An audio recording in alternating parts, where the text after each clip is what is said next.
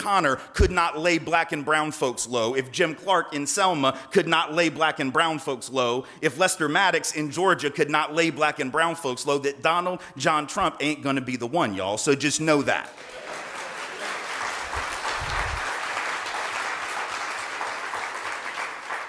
So let's understand Trumpism, and first let's dispense with some of the nonsense, right?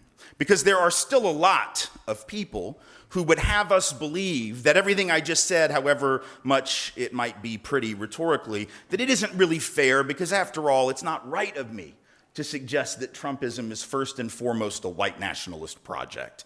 That it's not, oh, I hadn't said that yet, but I just did.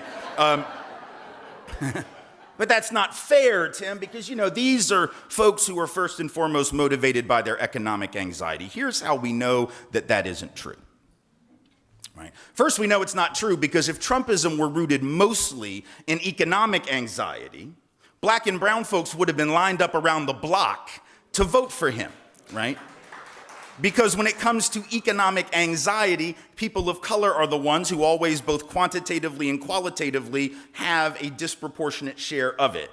African American folks, even who have a college degree, almost twice as likely as whites with a degree to be unemployed, regardless of major, by the way. Latino and Latina folks with a college degree, 50% more likely than whites with a degree to be out of work, regardless of major. Asian Americans and Pacific Islanders with a degree, 23% more likely than whites with a degree to be out of work. Our indigenous brothers and sisters, 2/3 more likely to be unemployed even when they have a degree relative to white folks. So if economic anxiety were the principal driver, this would have been a multicultural, multiracial movement, unprecedented in the history of America, and I think it is safe to say that that is not what we saw.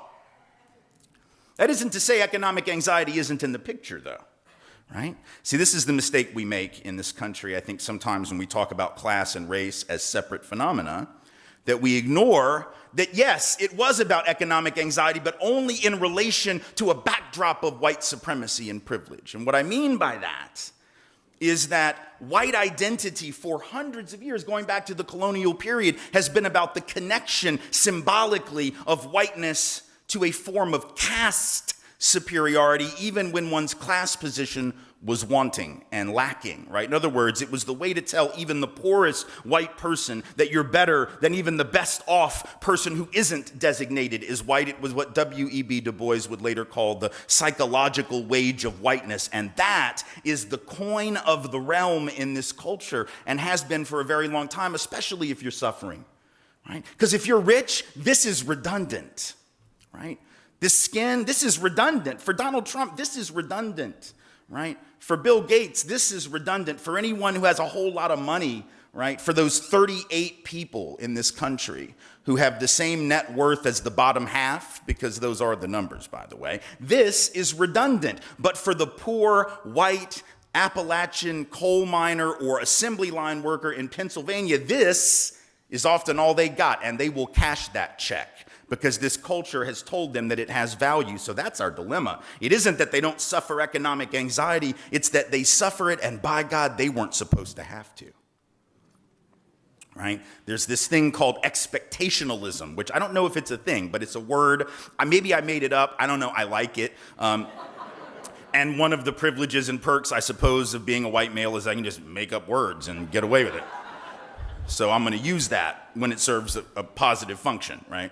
Expectationalism, right, says to white folks, you are supposed to have the best of everything, but even if you don't, you'll at least always have this. So it isn't really shocking when a candidate for office would play on that. That's why I'm saying it's not new. It's not new at all. It's been around for a very long time. So it is about economic anxiety, but only against a backdrop of racial supremacy. Trumpism is predicated on a few things in particular that we've seen before. The first is, of course, nostalgia. It is first and foremost a nostalgic movement, right?